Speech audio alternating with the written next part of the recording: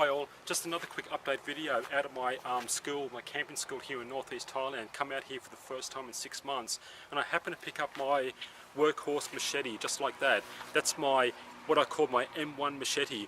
In this playlist I've got a previous video where I talk about that. It's a 10-minute video, maybe a bit too long, but I do some work and I really rave about this machete. Now, bearing in mind, you know, you can buy a whole range of these sorts of machetes here in Thailand, but it doesn't have to be exactly like this one. You get different types, the shapes vary, the sizes vary and so forth. I'm not going to talk about the main features of this machete because that's in that previous video where I talk about the M1 machete. But the point that I want to make is that this thing's been lying around here for 6 months doing nothing. It was under a bit of a roof, but in the wet season the rain comes in and it was covered in rust, just a very fine rust. All I've done to this is used a rag, not even steel wool, just a rag and some water to wipe it down. And you can see that after 6 months of the rainy season in Thailand, this thing is ready to go with a bit of steel wool to clean it up better, cover it in oil. I don't think it was covered in oil when I left, so there it is. I just want to quickly show you this machete again, and the whole point about this machete, when I talk about machetes, I don't talk about any old machete. I'm not talking about fancy machetes you can buy on the internet from big companies with fancy handles, mica, rubber handles, you know, sponsored by famous people on TV and so forth.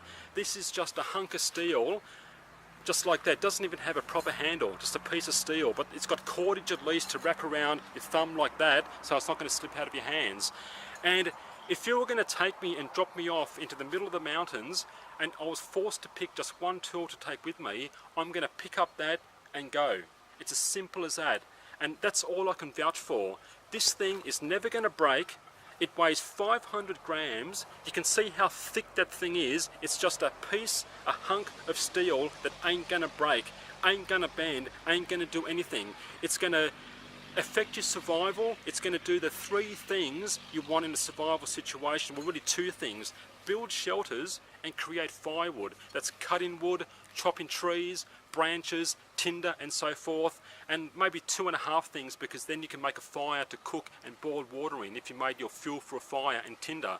So it's going to do those 2, maybe 2.5 top survival things. And if I was to take one tool, I would just grab that. I wouldn't grab all these fancy machetes. It's not even, it's pretty sharp, but you don't want razor sharp machetes that are going to bend when you do work. A machete has to do one thing for you all day. It's got to chop all day, every day.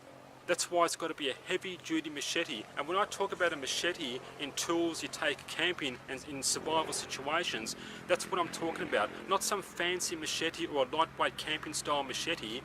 A heavy duty tool that's going to chop all day, every day for you. And that M1 right there, I just found it here after 6 months. Bit of rust, who cares? I can clean that off. It's ready to go. The one tool I would take, arguably a full-size axe is the king of tools, but I still have question marks about axe handles breaking and the axe heads coming off. You see old axes on farms everywhere, you know, got a jerry rig and MacGyver repair work and put new handles and wedges and so forth. The machete ain't gonna break, doesn't have a fancy handle, doesn't have a fancy blade, doesn't have fancy features anywhere, like all these fancy machetes you see from these big companies online, sponsored by famous people in fake TV survival shows.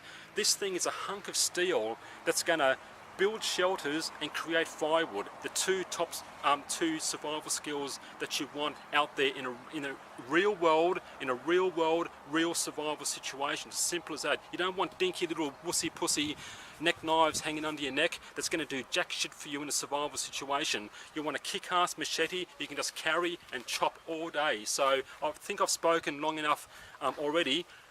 Just want to reinforce the M1 machete, some of the points of what you want for a heavy duty tool when you're out there, just like that. And this thing's ready to go to survive.